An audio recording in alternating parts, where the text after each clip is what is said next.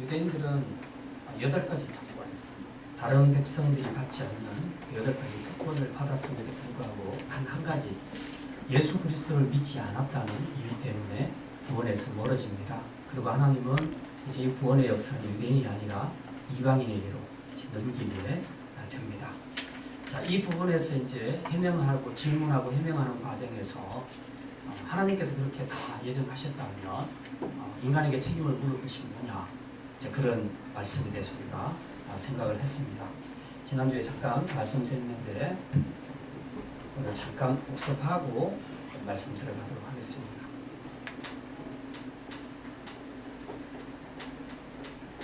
하나님의 주권과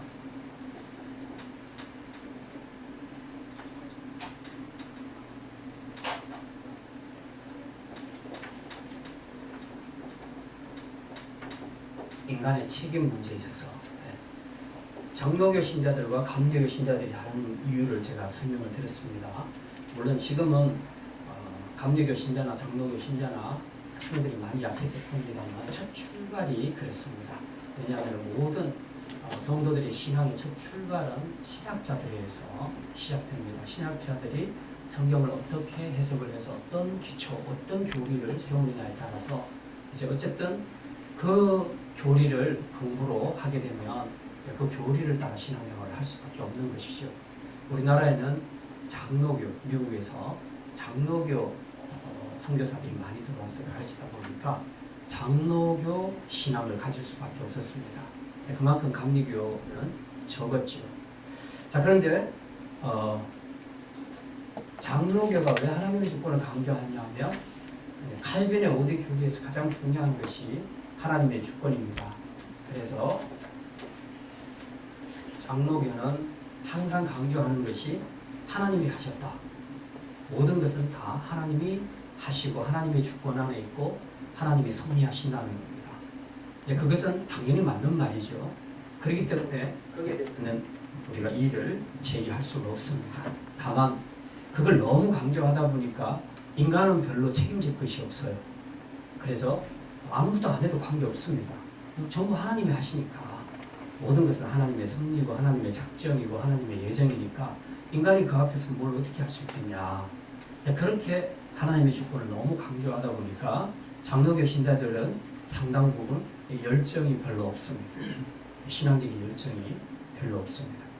그래서 집회하는 것만 봐도 틀려요. 장로교는 거의 사경의 중심으로 합니다. 우리나라 1907년도에 그 대부흥, 평양 대부흥이 있었을 때도 주로 어떤 형태로 부흥을 했냐 하면 말씀으로 부흥했습니다. 그래서 말씀을 풀어서 말씀 놓고 기도하면서 그렇게 부흥을 했는데 감리교나 이런 쪽은 좀 다릅니다. 바로 다이렉트로 기도로 들어갑니다. 기도로 들어가니까 기도를 통해서 성령님의 역사하심을 많이 구하게 되죠.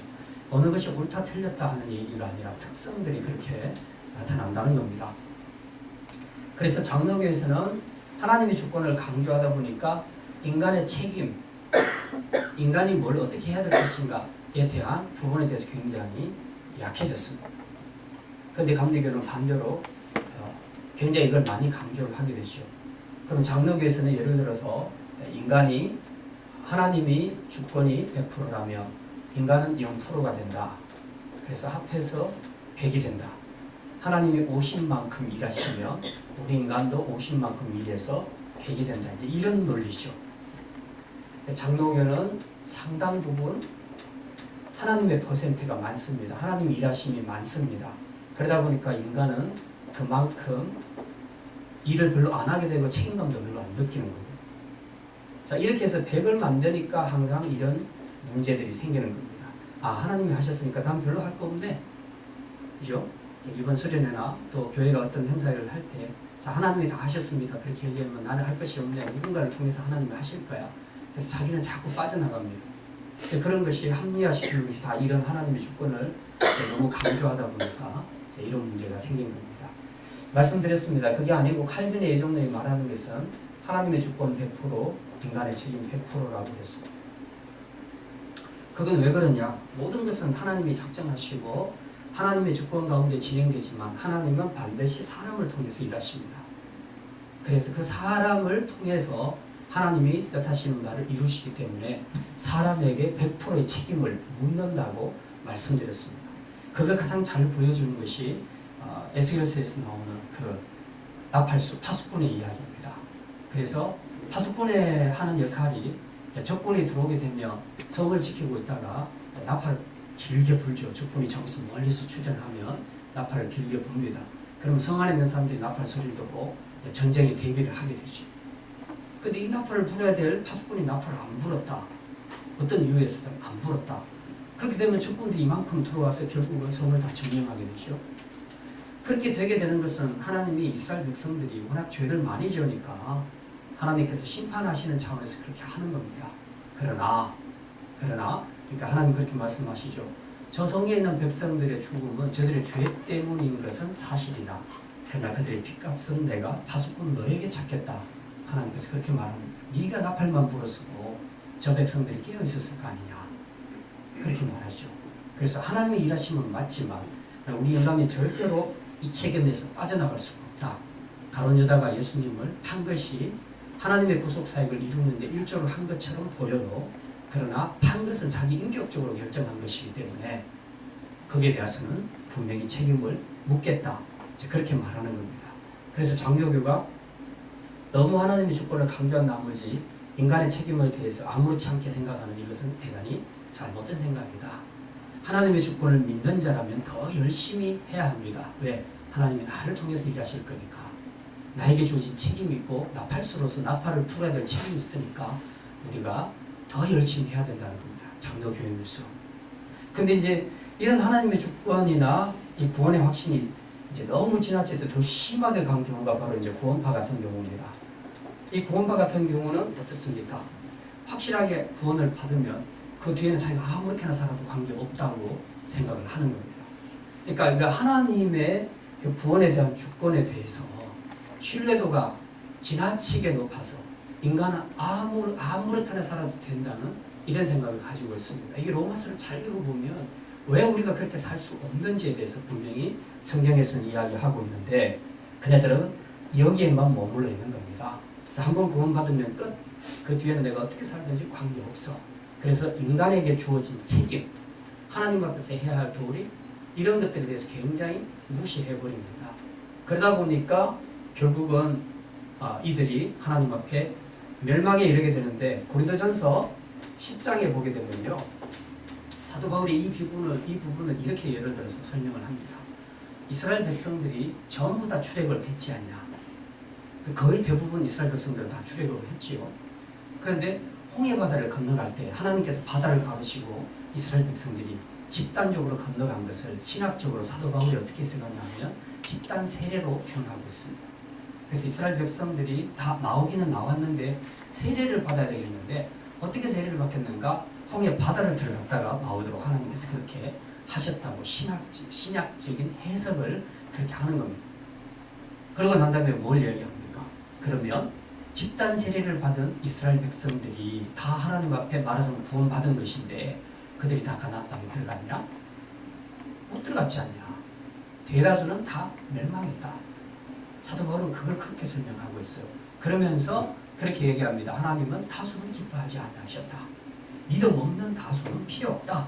집단 세례 받아도 필요 없다. 그리고 마지막 그 10장 이 홍해 집단 사건, 그 세례 사건을 이야기하면서 마지막 구절에서 그렇게 말합니다. 그러므로 선줄로 생각하는 자는 넘어질까 조심하라. 그렇게 말씀합니다. 그러니까 자기가 구원받았다 그러고는 자기 마음대로 함부로 사는 사람들, 그래도 된다고 생각하는 사람들은 고린도전서 10장을 잘 봐야 됩니다. 사도 바울이 그렇게 말했죠. 자기가 이렇게 하나님 앞에 은혜 받고 사역을 함에도 불구하고 자기 스스로가 하는 말이 뭐냐 하면은 자기는 날마다 두렵고 떨림으로 구원을 이루어 간다고 그렇게 말합니다. 구원을 두려움으로, 떨림으로 구원을 이루어 간다고 말합니다. 이게 무슨 행위로 뭘 한다는 그런 얘기가 아니잖아요. 구원받은 자라면 내가 하나님 앞에서 방심해서는 안 되겠다. 더 하나님을 사랑하는 마음으로, 더 감사하는 마음으로 하나님의 뜻대로 살기 위해서 내가 정말 경건에 힘쓰고 그렇게 살아야 되지 않겠는가 하는 그 이야기를 하는 것이죠. 그래서 우리가 이 교리를 가지고 와서 함부로 살아도 되는 것처럼 이야기하는 것이 이게 얼마나 위험한 일인가 하는 것을 우리가 잘 알 수가 있습니다. 감리교는 너무, 이 감리교 신학은 전부 그 알미니안주의예요. 네. 알미니안주의 신학이 뭐냐 하면 하나님과 인간이 구원에 있어서 동사한다는 겁니다. 함께 일한다는 겁니다. 그래서 하나님께서 아무리 구원을 주고 싶어도 인간이 계속해서 안 하려고 생각하면 하나님도 어쩔 수가 없다는 거죠. 근데 그렇게 되면 하나님은 전능하신 하나님이 못 되는 겁니다. 인간에게 결정권이 있는 거죠. 내가 구원받고 안 받고는 전부 내 결정에 달려있다. 왜? 아무리 하나님이 50만큼 이래도 나머지 50을 내가 채워주지 않으면 구원받지 못하니까. 근데 알미니안주의는 철저하게 인간의 행위를 강조합니다. 이제 이게 좋은 점은 어쨌든 열심을 내서 하도록 만듭니다. 근데 그런 것들은 좋아요. 그러나 사실 이 신학 자체가 굉장히 위험한 것이죠. 알미니안주의에 속해 있는 사람들이 열심을 낼 때는 좋은데 어떨 때 문제가 있냐 하면 사람이 완전하지 않잖아요. 그러다 보니 열심을 내던 사람들도 넘어질 수 있잖아요. 범죄에서. 그럼 실족하게 되면 못 일어서요. 이런 사람들. 이런 사람들은 못 일어섭니다. 자꾸 실패하게 됩니다. 아, 실패했구나. 못 일어서고요. 이기면 이런 사람들도 어떻게 되냐. 교만해지게 됩니다. 자꾸. 내가 뭘 했다 하는 생각을 자꾸 가지게 되는 거죠. 인간의 행위를 많이 강조하는 알미니안주의에 있게 되면 이런 또 어려움들이 있습니다. 그래서 지금은 뭐 감리교에 가도 막 이걸 교리로 아마 그렇게 글쎄요 목사님들이 신학 자체를 이걸로 하게 되면 강조는 하겠지만 지금은 감리교나 장로교나 막 다 섞여 있어요. 그래서 뭐 장로교 안에도 감리교 같은 현상도 많이 일어나고 감리교 안에도 말씀 중심으로 가는 교회도 많고요. 그래서 지금은 많이 이제 이런 것들이 섞여져 있지만 어쨌든 출발은 다 이 기초에서 출발한다. 장로교는 칼빈의 예종론에 기초하고 있고 여기는 감리교는 알미니안주의에 기초하고 있다. 장단점을 우리가 잘 파악을 하셔가지고 어느 쪽이든 균형을 맞추는 것이 굉장히 중요하다는 겁니다. 구원의 확신을 가지는 것도 중요하나 우리가 하나님 앞에 받은 그 은혜를 생각한다면 구원받은 자로서 어떻게 살아야 될지에 대한 분명한 태도를 보여줘야 된다는 것입니다. 그래서 사도 바울은 지금 다수의 이스라엘이 하나님 앞에 진짜 전체적으로 8가지의 그 엄청난 특권을 받았음에도 불구하고 그들이 예수 그리스도를 믿지 않았다는 이 한 가지 이유 때문에 사실 이 한 가지가 전부라고 볼 수 있거든요. 결국 이스라엘 백성들은 뺏겼다, 주도권을. 그래서 복음은 이방인에게로 넘어가게 됐다는 겁니다. 자, 이제 그 부분을 지금 설명하는 것이 이제 9장 마지막 부분이에요. 지난주에도 잠깐 말씀을 드렸지만 제가 10장을 들어가면서 9장 마지막 부분을 다시 설명하는 이유가 이제 여기 있습니다. 여기 보면 이방인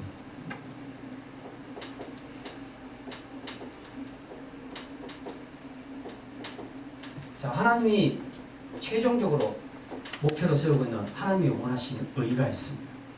그 의에 이르기까지 역사 안에서 유대인들은 어떻게 살았는가? 지난주 말씀드렸죠. 자기 마음대로 살았다. 마음대로 살았다. 그렇게 살다가 어느 날 예수님에 관한 복음을 듣게 됐습니다. 그리고 그 복음을 듣고 나니까 그 십자가 앞에서 자기가 얼마나 큰 죄인인가를 깨닫게 된 거죠. 그래서 그들은 다이렉트로 이 예수님을 받아들입니다. 지금까지 살아왔던 행위는 완전히 빵점인데요. 완전히 0점인데 예수님이 이루신 의를 믿었습니다. 전심으로 이방인들. 그래서 이 의에 이르게 됐습니다. 이걸 우리는 구원이라고 얘기하죠. 유대인들은 어떻게 했냐? 아주 차원이 다릅니다. 이 사람들은 하나님이 주신 율법들을 잘 지켰습니다. 겉으로는 어쨌든 잘 지켰습니다. 이 사람들하고 차원이 달라요. 유대인들은 정말 하나님의 말씀대로 살려고 노력을 했죠. 율법대로 열심히 살았습니다. 그런데 이게 아니에요. 율법은 우리에게 구원받으라고 주신 구원의 길이 아닙니다. 하나님이 구원의 길로 율법을 주신 것이 아니에요. 구원받은 백성들의 삶의 규범입니다. 삶의 규범이에요. 규범. 예. 하나님의 백성이라면, 너희가 구원받은 백성이라면 이렇게 사는 것이 맞다 라고 그 시대에 맞는 법을 주신 것이 율법입니다. 그리고 이것을 하나님은 다 이루시기를 원하세요. 그렇지만은 못 이루어요. 인간은 절대로 율법을 100% 절대로 지킬 수가 없습니다. 하나님이 그것도 다 알고 계셨어요. 그래서 못 이루는 율법을 죽으라고 해도 뭐 90점짜리도 나오지만 이거 안 된다. 내가 원하는 건 100점이다. 이 의는 100점짜리 의입니다. 하나님이 원하시는 100점짜리가 뭡니까? 완전한 의라는 거죠. 완전한 의를 하나님이 기대하시는 겁니다. 90점 갖고는 안 된다는 거죠. 그래서 누가 100점짜리 있는가 봤더니 한 명도 없더라는 거죠. 이스라엘 자손들이 총체적으로 집단적으로 이제 탈락한 겁니다. 우울증에 빠질 수밖에 없죠. 절망합니다. 하나님 일부러 절망에 빠뜨리세요.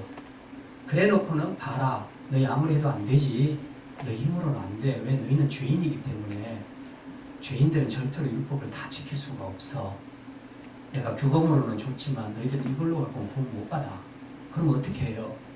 너희 너무 절망하지 마라. 내가 구원의 길을 하나 선물로 해줄게. 그래서 하나님께서 내신 것이 바로 이 의입니다. 이게 뭡니까? 예수 그리스도의 십자가 아닙니까? 예수 그리스도 십자가. 이 안에서 죄 문제를 다 해결해 주시잖아요. 사실 인류가 불행하게 사는 것은 전부 죄 때문이잖아요. 죄 문제만 해결되면 다 해결되는 거예요. 근데 이 죄 문제를 해결할 길이 없었다는 거죠. 그래서 이방인은 이 죄를 어떻게 하지 못해서 마음대로 먹고 마시고 살다가 예수님 만나서 죄 문제가 해결돼 버렸고 쉽게. 유대인들은 율법으로 열심히 하려고 했는데 근본적으로 죄 문제가 해결이 안 되는 거예요. 율법을 갖고는. 율법은 우리 죄를 씻어주는 게 아니에요. 너는 죄인이야 하는 것을 계속 말해주는 것이 율법이에요. 그렇잖아요. 우리가 어떤 계명을 내가 어겼다. 그럼 또 그 계명을 어겼네. 계속 이렇게 정죄를 받잖아요. 율법이 하는 일이 그거예요. 너 또 잘못했어. 너 또 잘못했어. 또 이랬지. 사람이 완벽할 수 있습니까? 그런데 자고 일어나면 밤에 잘 때 되면 도대체 몇 가지가 율법이 나를 정죄하는지 모를 정도로 나도 모르게 알게 모르게 이렇게 죄를 많이 짓는다는 거죠. 그건 절망에 빠질 수밖에 없는 것이죠. 그래서 이만큼 절망에 빠뜨려 놓고는 하나님이 너무 절망하지 마라. 이제 너 힘으로는 안 된다는 거 알겠지? 대신에 아주 수월하게 너희가 의에 이를 수 있는 길을 내가 줄게. 선물로 줄게. 그게 뭡니까? 예수를 믿어라. 내가 보낸 아들 예수를 믿어라. 그 아들이 너희 죄를 다 해결해 준다. 그러면 너하고 나하고 관계가 회복이 된다. 이 아들 믿으라 하고 하나님이 줬는데 어땠어요? 이스라엘이 믿었어요? 안 믿었어요? 안 믿었습니다.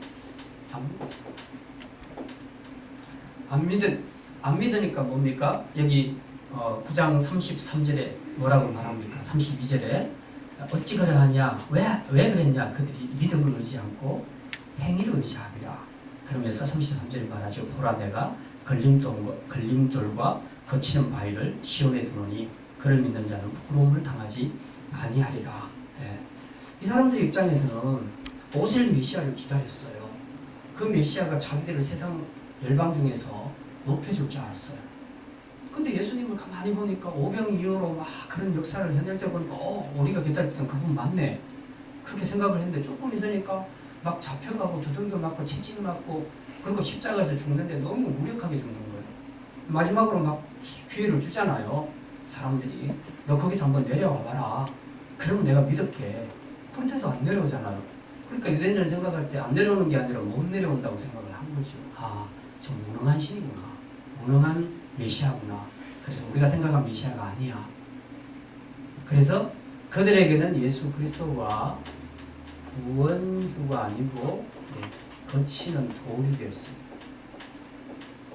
그렇죠. 걸리적거리는 돌이 됐다. 오히려 방해가 되어버렸습니다. 전혀 자기들한테는 도움이 안 되는 존재라고 생각을 했던 거죠. 그래서 안 믿어버렸습니다. 그랬더니 어떻게 됐습니까? 이 의에 이르지 못했습니다. 희한하잖아요. 하나님이 8가지 특권을 주신 이 유대인들은 더더군다나 하나님이 주신 율법을 끼고 살았는데도 마지막에는 의에 이르지 못했어요. 근데 이방인들은 그런 거 없이 자기 마음대로 살았는데 나중에 예수님을 믿고 구원에 이르게 됐다는 겁니다. 이게 참 아이러니하다는 거죠. 도대체 누가 복받은 민족이냐. 지금 바로 그 이야기를 하면서 지금 사도 바울이 10장 1절에 들어가서 말합니다. 이제 이 이스라엘 백성들의 주어진 이 운명을 보니까 참 기가 막히거든요. 같은 동족으로서 저렇게 특권을 받고 축복을 받은 백성이 지금은 진짜 아무것도 아닌 것이 되어버렸죠. 그래서 도대체 너희들 왜 그러냐. 그러면서 이제 진짜 구원은 어떻게 하면 받을 수 있는가를 설명하기 위해서 이제 10장부터 지금 이렇게 이야기를 합니다. 여기 보면 형제들아 10장 1절입니다. 형제들아 내 마음에 원하는 바와 하나님께 구하는 바는 이스라엘을 위함이니 곧 그들로 구원을 받게 하려 함이라.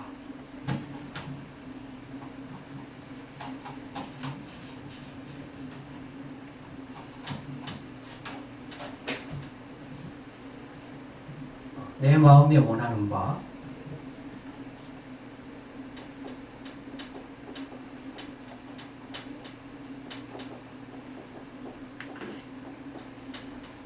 하나님께 구하는 바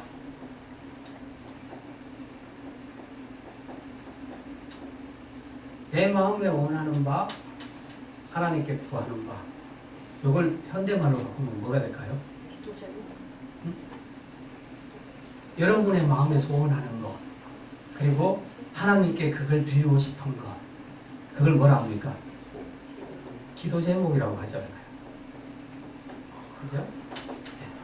여러분 기도할 때 여러분 소원을 빌지 않습니까? 그죠? 여러분 진짜 마음속에 이건 꼭 이렇게 해결됐으면 좋겠어. 그걸 기도하지요. 그리고 그걸 하나님 앞에 구하잖아요. 네. 사도 바울의 기도 제목이 뭐였는가? 네, 1절에 보니까 누구를 위한 것이라고요? 이스라엘을 위한 것이요. 이스라엘. 왜? 자기 동족이니까. 자기 동족이니까. 그러니까 이 사도 바울은 지금 이 구절 안에서는 굉장히 이스라엘을 위한다는 것은 무슨 말입니까? 이스라엘의 구원 문제를 이야기하는 거죠. 이스라엘의 구원 문제를 이야기하는 것인데요. 네, 이거 보면 확실하게 사도 바울이 이스라엘을 사랑하는 것을 알 수 있습니다. 네, 자기 동족을 사랑하는 사람이다. 네, 확실히 영혼에 대한 그런 사랑이 있었다는 것을 우리가 알 수 있고요. 또 한 가지는 하나님의 주권,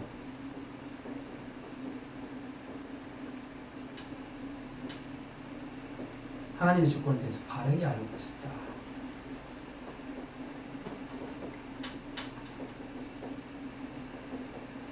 무슨 말이냐 하면 지금 하나님의 주권과 개인의 책임에 관한 이야기들을 9장에서 계속 이야기해왔지 않습니까?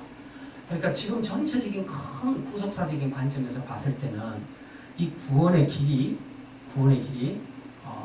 이스라엘에서 이방인으로 넘어가게 되잖아요. 복음이 넘어가게 됩니다. 그러니까 이스라엘은 한마디로 지금 적어도 이 시점에서는 버림받았다 그렇게 생각을 할 수 있는 거죠. 물론 책임은 본인들한테 있는 거죠. 예.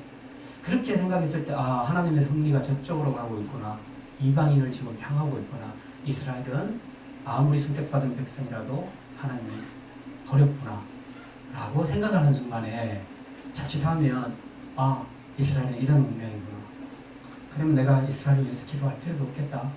그냥 이방인, 하나님의 섭리는 이방인으로 지금 복음을 넘겨서 그쪽에 구원을 원하시니까 내가 거기에 힘써야 되겠다 라고 생각하기가 쉽잖아요. 예. 근데 사도 바울은 그렇게 하지 않았다는 거죠. 내 마음이 원하는 바 지금도, 그리고 하나님께 구하는 바 지금도 나의 기도 제목은 이스라엘의 구원 문제다.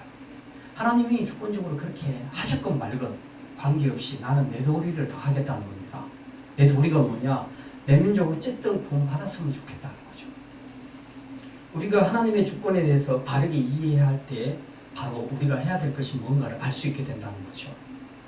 아까도 말씀드렸다시피 하나님이 다 이렇게 하시기로 프로그램이 그렇게 되어 있다면 나는 할 필요 없겠네, 안 해도 되겠네 라고 생각을 할 수 있다는 건데 사도 바울은 그렇게 하지 않았습니다. 하나님의 주권이 지금 복음이 이방인으로 넘어가는 걸 다 보고 있음에도 불구하고 그는 자기 민족, 아직 믿지 않는 자기 민족을 마음에 품고 저들이 구원받기를 원합니다 하고 하나님 앞에 기도하는 겁니다. 그래서 우리가 하나님의 주권을 이야기할 때 너무 속단하는 것은 굉장히 위험합니다. 몇 번 이렇게 전도해보고 안 믿으면 하나님이 저 사람 버리기로 작정하셨구나. 본인이 그렇게 다 판단해가지고 그 다음부터 절대로 복음 안 전하는 이런 태도는 잘못된 것이죠. 우리는 몰라요. 그 예종들이 왜 문제가 있냐면 우리에게 왜 이해가 어렵냐 하면 하나님 안에서는 하나님은 시간 개념을 초월하시는 분입니다. 그렇잖아요. 하나님이 세상을 창조하실 때 시간을 같이 창조하셨어요. 그리고 이 시간의 그 개념 속에 지배를 받는 것은 우리 인간이에요. 하나님에게는 시작도 없고 끝도 없습니다. 하나님은 그냥 알파요 오메가입니다. 하나님 시작하실 때 이미 완성을 보신 분이에요. 하나님에게는 시간 개념이 적용이 안 돼요. 그런데 우리는 시간 개념이 적용되지요. 그래서 미래가 궁금한 거예요. 하나님 미래에 우리가 어떻게 될지, 또 우리 아버지가 구원받게 될지, 내 자녀들이 천국에 가게 될지 궁금하잖아요.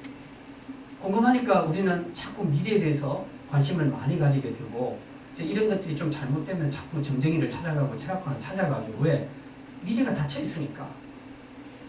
미래에 다 시간의 이 개념 안에 우리가 속해 있어서 벗어날 수 없으니까 어쨌든 미래는 궁금한 겁니다. 근데 하나님은 다 이 시간 개념을 초월해서 존재하시는 분이시기 때문에 하나님 안에서는 모든 결정이 다 나 있는 겁니다. 그러니까 나는 아무것도 안 해도 되겠다라는 생각을 인간이 할 수 있는 거죠. 근데 그게 아니라는 거죠. 우리는 모르니까. 전도도 마찬가지입니다. 우리가 전에서 저 사람은 구원받을 사람이면 안전해도 돼. 하나님이 예정하신 사람이라면 내가 안전해도 언젠가는 믿을 거야. 그렇게 생각하면 난 전도 안 해도 되는 거죠. 근데 그게 아니고 우리는 모르잖아요. 누가 구원받을지 안 받을지 결정됐는지 안 됐는지 우리가 어떻게 알아요? 하나님만이 아시죠. 그냥 우리는 우리에게 주어진 일을 그냥 감당하는 거예요. 열심히 때를 얻든지 못 얻든지 우리가 사람들에게 복음을 전해서 믿도록 하는 거죠. 그건 우리가 할 일이에요. 이런 부분에서 우리가 굉장히 중요한 겁니다. 하나님의 주권에 대해서 바르게 한다는 것. 하나님의 주권을 알수록 우리는 아무것도 안 해도 된다가 아니고 더 열심히 해야 된다. 하나님의 뜻이 나에게 주어졌고 사명이 주어졌으니까 우리는 더 하나님의 주권이 잘 이루어지도록, 우리는 미래를 모르지만 그냥 나에게 주어진 책임을 성실하게 잘 감당하는 겁니다. 그것이 하나님의 주권을 잘 이해하는 사람이죠. 그래서 사도 바울은 이런 하나님의 그 복음의 역사가 이방인으로 넘어간다는 것을 다 보고 있으면서도 이 자기 민족 이스라엘 백성들이 구원받는 문제는 계속 자기의 기도 제목이다. 그렇게 표현하고 있죠. 네. 어쨌든 하나님 앞에 기도하면 하나님이 들어주실 것이다 라는 확신을 가지고 기도하고 있는 것입니다. 자, 2절에 보면 이제 이스라엘이 왜 문제가 생겼냐 하는 것을 지금 하나하나 지적을 하고 있습니다. 내가 증언하노니 그들이 하나님께 열심히 있으나 올바른 지식을 따른 것이 아니니라. 네.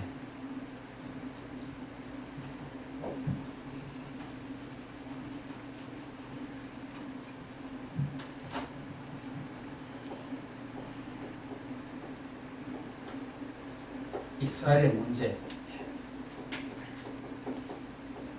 열심은 있는데 뭐가 없다? 올바른 지식이 없다. 그겁니다. 그래서 이 올바른 지식이라는 것이 뭘 이야기하는가? 4절에 보면 그리스도는 모든 믿는 자에게 의를 위하여 율법의 마침이 되시느니라. 그리스도는 모든 믿는 자에게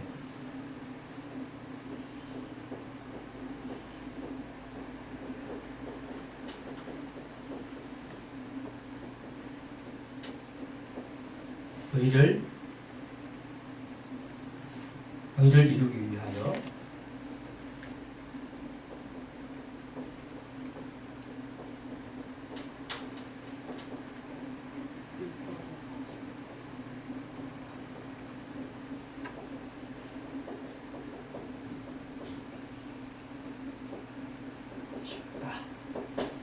이 내용이에요. 모든 믿는 자라는 것은 누구겠습니까? 유대인이건 이방인이건 관계없어요. 네. 모든 사람들을 대상으로 누구든지 믿기만 하면 그 믿는 자에게는 의를 이루기 위해서, 네. 아까 설명드렸죠. 그 하나님께서 원하시는 완전한 의, 그 의를 이루기 위해서 사람은 아무것도 할 수 없어요. 그 의를 이루기 위해서 할 수 있는 게 아무것도 없어요. 죄인이라 불가능합니다. 근데 하나님이 하셨죠. 그 의를 그냥 하나님이 선물로 주신 거예요. 근데 그 의가 뭡니까? 자기 아들이 인류의 죄를 다 지고 십자가에서 죽으신 거죠. 그래서 율법이 요구하는 모든 것들을 다 이루도록 하신 겁니다. 그러니 이제 그 옛날 껍데기 율법 붙잡고 그거 지킨다고 애쓰지 말고 내가 만들어 놓은 완벽한 의, 이 선물 예수 그리스도를 받아라. 그거죠. 그게 바로 올바른 지식이라는 거예요. 올바른 지식은 그걸 이야기합니다. 근데 유대인들은 그걸 몰랐다. 그래서 3절에 보면 하나님의 의를 모르고 자기 의를 세우려고 힘써 하나님의 의에 복종하지 아니하였느니라. 예.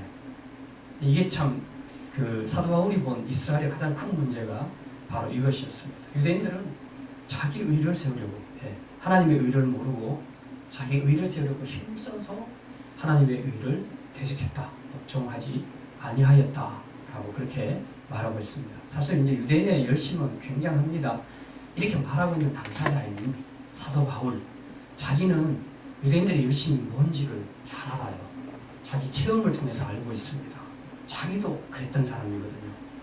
알잖아요. 우리가 이 다메섹 도상에서 예수님을 만나기 전에 사도 바울이 어떤 사람이었는가. 그는 거의 완벽하게 율법을 지키려고 애를 썼던 사람입니다. 그랬는데 예수님을 만나고 바뀌었죠. 근데 예수님 만나기 전에 그는 어느 정도 열심히 있었느냐? 예수 믿는 사람 잡으려고 어디까지 갑니까? 남의 나라 다메섹이라는 그 도시까지 가게 되죠. 그 원정 가는 겁니다. 그냥 이 예루살렘 땅에서 그 자기 나라 안에서 잡아도 진짜 우리가 생각할 때 이건 너무하다 싶은데 남의 나라까지 그 피난가 있는 그런 디아스포라 유대인들까지 전부 다 지금 잡아오려고 하는 겁니다.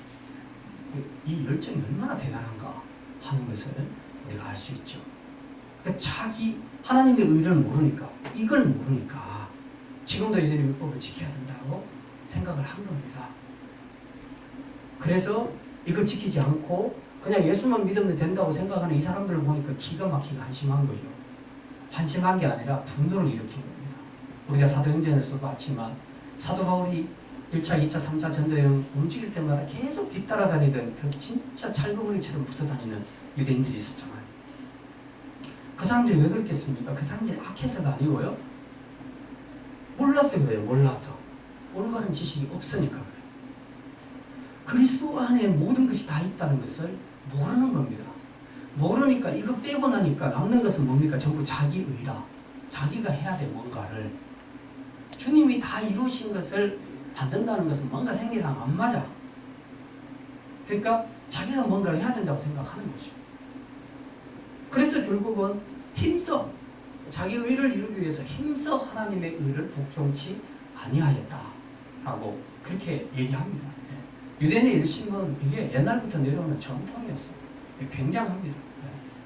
그 중간기 신구약 그 중간기를 보면요, 그때도 굉장했는데 유대인들이 열심히 그 안티오코스 에피파네스 헬라 장군이 쳐들어와가지고 당시에 그 예루살렘 성전 안에 진짜 가증한 것, 우리 다니엘서도 그런 얘기가 나오지만 돼지 제사를 드렸어요.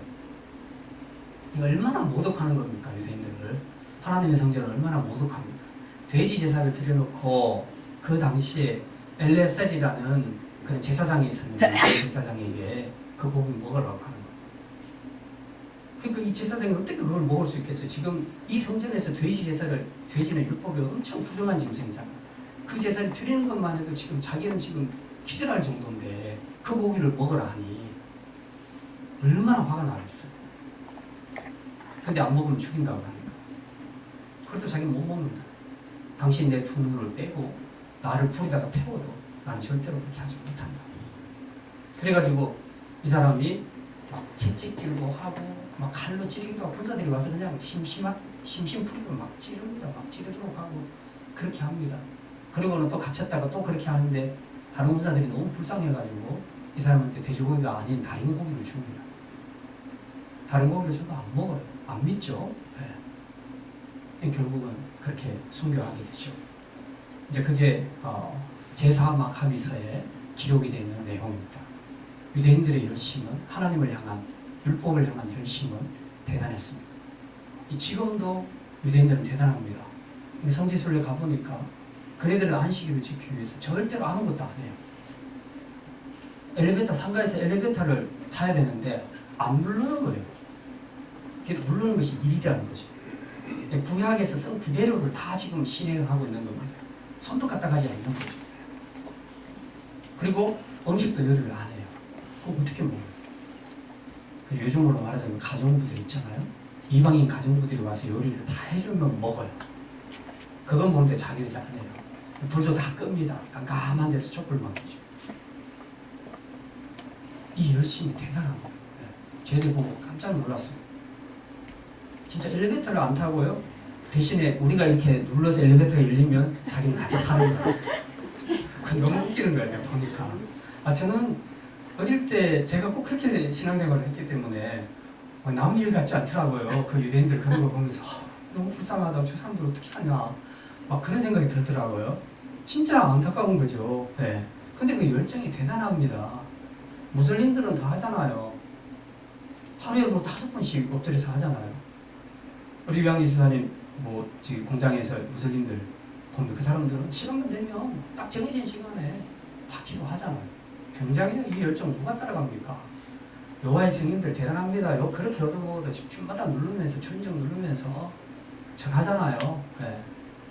근데 그런 거 보면 참 우리는 안타까운데 본인들은 그게 신앙이라 그 열정을 가지고 열심히 하는 거죠. 최근에 제가 해외 토픽에서 보니까 겐지스강 정말 오염되어 가고 있는 겐지스 강에 대해서 인도 겐지스 강에 대해서 그 뉴스가 났는데요. 거기에 엄마가 자기 딸을 그 더러운 겐지스 강 물에 넣어서 익사시켜서 죽이는 거예요. 왜 죽이는가 봤더니 그게 의식이래요. 겐지스 강은 인도 사람들에게 있어서 신입니다. 신이기 때문에 그 물로 씻는 것을 굉장히 영광스럽게 생각해요. 근데 우리가 가서 보면 정말 너무너무 오염돼서 더러워서 그거 한번 목욕하고 나면 온통 다 피부분이 날 것 같아요. 막 쓰레기들 오물로 가득 차 있는데요. 그걸 성소라고 생각하고 씻는 거예요. 겐지스 강을 신이라고 생각을 하는 거죠. 그런데 그 겐지스 강에 그 신에게 자기 딸을 바치는 거예요. 그래서 익사시켜서 죽이는 거예요. 그 열심이 얼마나 대단한 겁니까? 그죠? 지금 우리 현대 그리스도인들이 하나님 앞에 그 정도 헌신하라 하면 할 수 있겠습니까? 여러분이 여러분의 자녀를 하나님 앞에 바치라면 바치겠습니까? 어려운 일이죠. 근데 그 사람들은 다 하더라고요. 다 하는 거예요.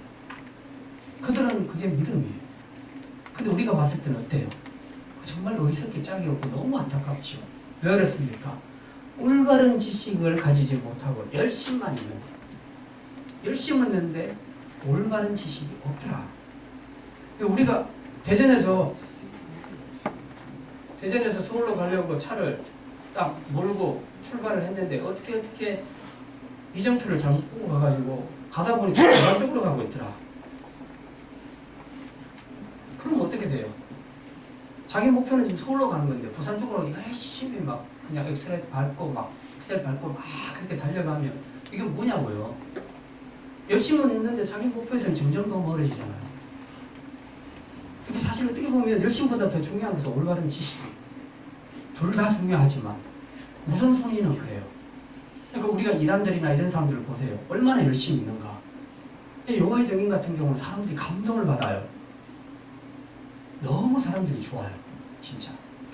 그리고 지금 이렇게 저희들이 볼 때 참 안타까운 게 이게 수혈을 안 받잖아요. 자기 자식이 죽어가도 수혈을 절대 안 받아요. 이게 다 율법 때문에. 율법에 피는 생명이라 하니까 못 받게 하는 거죠. 지금 양심적 병역 거부 그런 문제도 마찬가지예요. 우리가 생각할 때는 어쨌든 이 나라가 지금 이렇게 위기 상황에 있으면 아무리 크리스찬이라도 크리스찬일수록 더 말하자면 이 국민의 한 사람으로서 병역의 의무를 피해야 된다. 이것이 맞는 얘기인데 그렇게 생각 안 하잖아. 자기들은 양심적 병역 거부.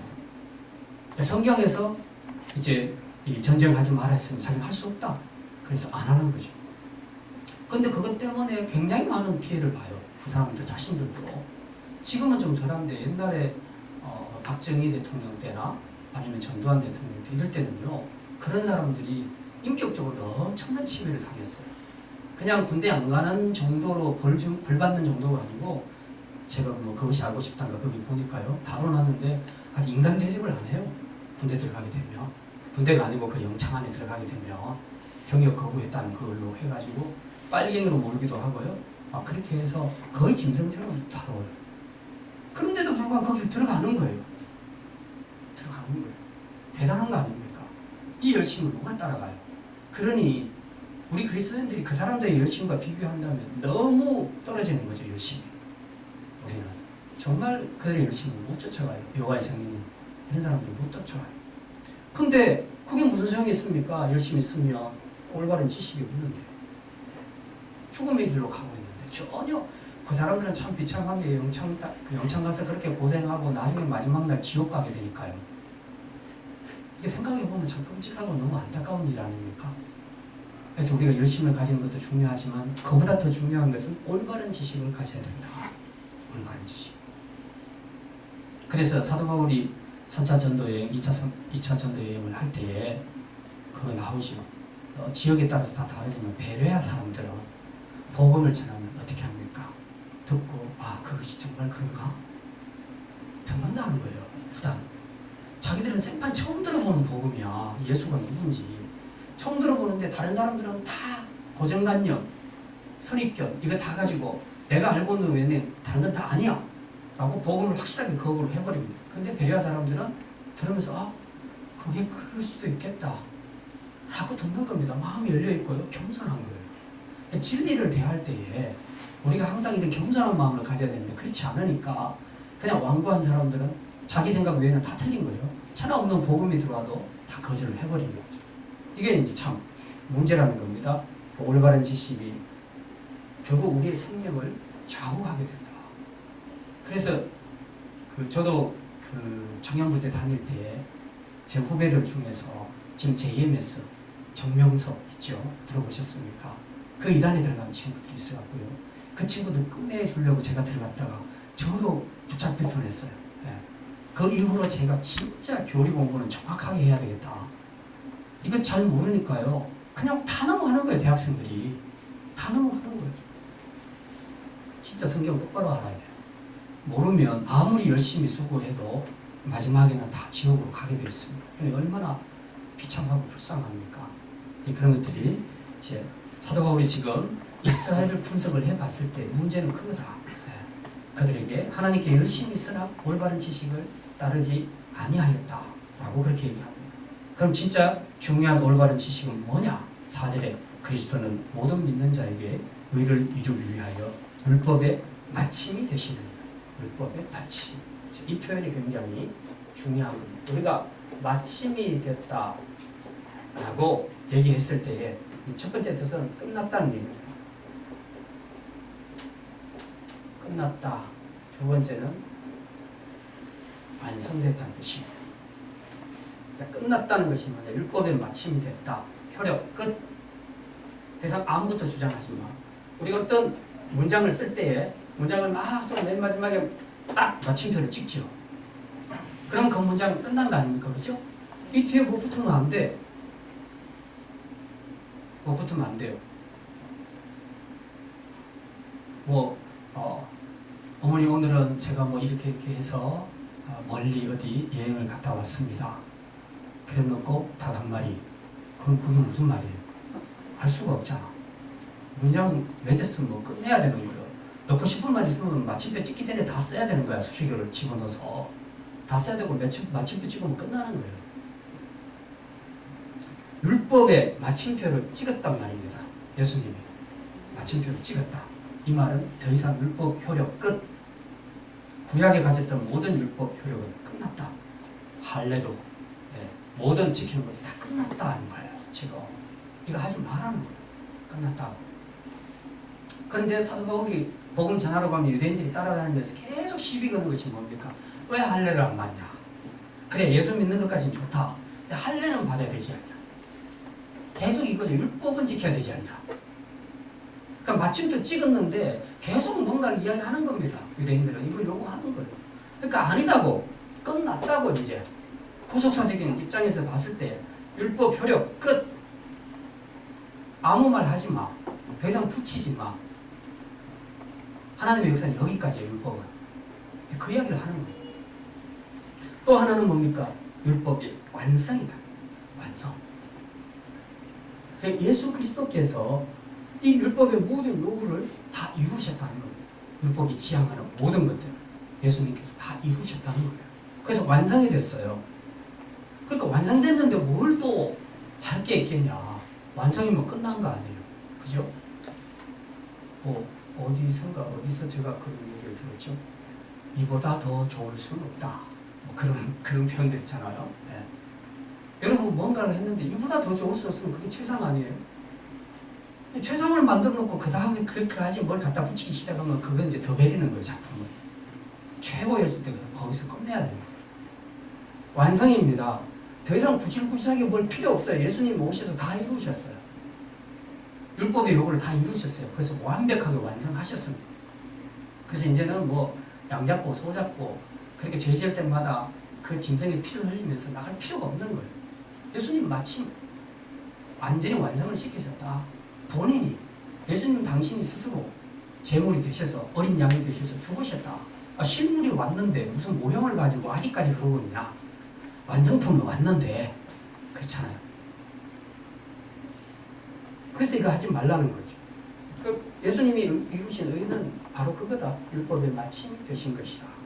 근데 이걸 유대인들이 이걸 못 받으니까 여기에 대한 올바른 지식이 없으니까 열심은 했는데 구약적인 열심만 있더라. 근데 이미 효력이 끝난 거 붙잡고 지금 오는 거죠. 예. 여러분 비행기를 직접 타면서 외국 여행을 보는 것이 좋겠습니까?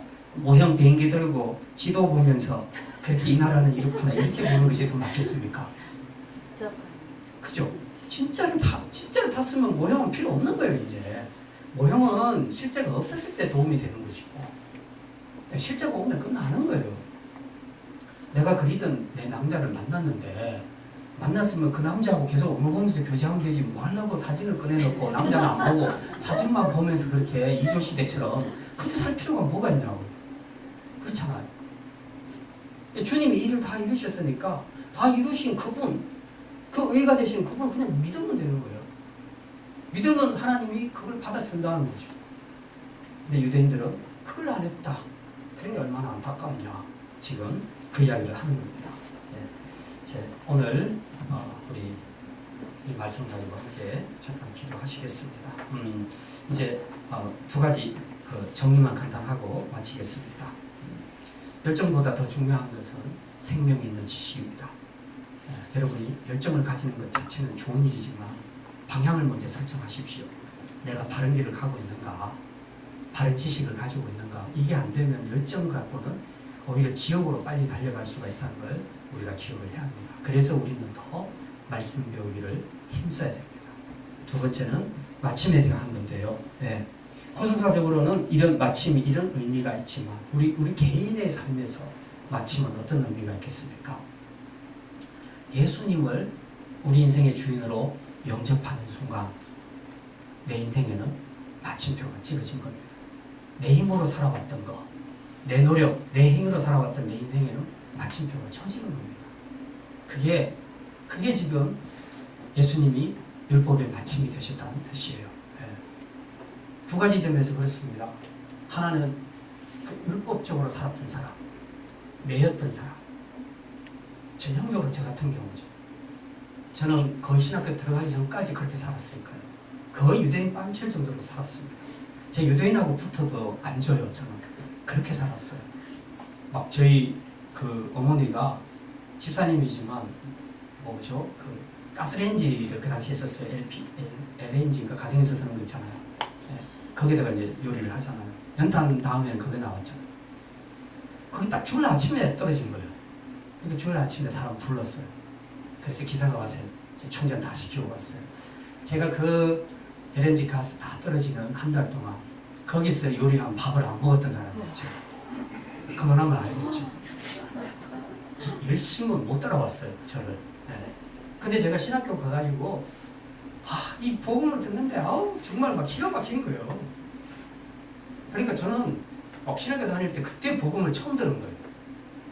그때 막 울면서 듣다니까요. 그런데 여기서 자유함을 한 거죠. 얻은 거죠. 끝났다. 이게 유대인들에게나 있을 일이 저한테 있었던 거죠. 다른 친구들한테 물어보니까 그런 거 없어요. 그렇게 사는 친구들도 없어. 그렇게 가르침 받은 교인들도 없고요. 근데 저 혼자만 그래서 별세계에서 살았어. 아무튼 교회를 잘 선택해야 되는데요. 정말 저희 담임 목사님이 너무 좋으신 분이에요. 되게 착하신 분이고 그 사모님이 순교자 따님이세요. 일제시대에. 그래서 그것 때문에 너무 우리가 이제 좋아서 그 교회에서 신앙생활을 했는데 이 옛날 목사님들은 이 신학을 제대로 안 해서 그냥 이렇게 착하고 열심 믿게만 살지 말씀을 잘 못해요. 이렇게 설교를 듣는데 뭐 거의 고문을 당하는 수준이에요. 제가 설교만 들으면 너무 힘들어서 하나님 이거 어떻게 해야 되겠습니까? 이 교회를 떠나야 되지 않겠습니까? 설교를 하는데 뭐 어린 저보다도 더 말도 못하고 설교도 못하고 무슨 말인지도 못 알아듣겠고 막 그 쉬운 말들도 너무 이상하게 하고 얘와도 안 맞는 얘기를 하고 막 너무 스트레스를 많이 받았어요. 그런데 오직 하나 생명을 걸고 율법대로 살아라 하니까 율법대로 열심히 살았죠. 그래서 이 가스레인지 한 달 동안 떨어지는 동안에 거기 있는 음식을 안 먹었으니 저게 얼마나 힘들었겠습니까? 그런 것도 하나 정리를 안 해주셨어요. 그분이 신학교 가서 정리가 쫙 정리가 돼버린 거예요. 저는 다른 신학생들보다 엄청 이해력이 빨랐어요 그때. 왜냐하면 그게 내 생명의 문제였으니까. 그래서 막 이 진리 문제, 교리 문제 이런 것들은요 제가 그냥 막 나서서 그냥 막 혼자 막 한 겁니다. 막 배우고 그냥 꼭대기로 공부하고 막 그렇게 해서 정짜 나에게 피가 되고 살이 되도록 그렇게 이제 공부를 했던 것이죠. 네. 근데 우리 인생에서 그렇습니다.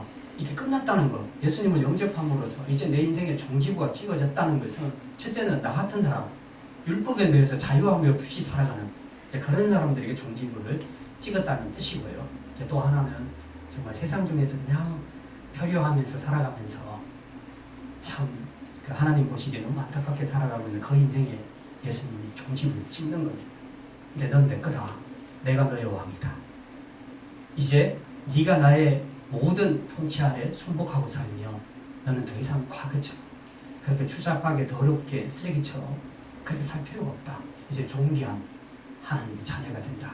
쓰레기 인생 끝 하고 도장을 팍 찍는 거예요. 그게 오늘 저와 여러분들이 바로 이 은혜를 받으신 줄 믿으시기를 바랍니다. 그래서 이제는 내 힘으로 내 의지로 정말 하나님 보실 때는 정말 쓰레기 같은 인생 그런 인생을 살려고 애쓰지 마시고요. 이제 주님이 이루신 그 의를 우리가 받고 내 안에 내가 왕으로 모신 그분의 다스림과 통치에 우리가 한 걸음 한 걸음 순종하며 나아간다면 우리는 정말 하나님 나라 공주로 또 왕자로서 고귀하게 하나님의 인도하심을 받고 살아가게 될 줄 믿습니다.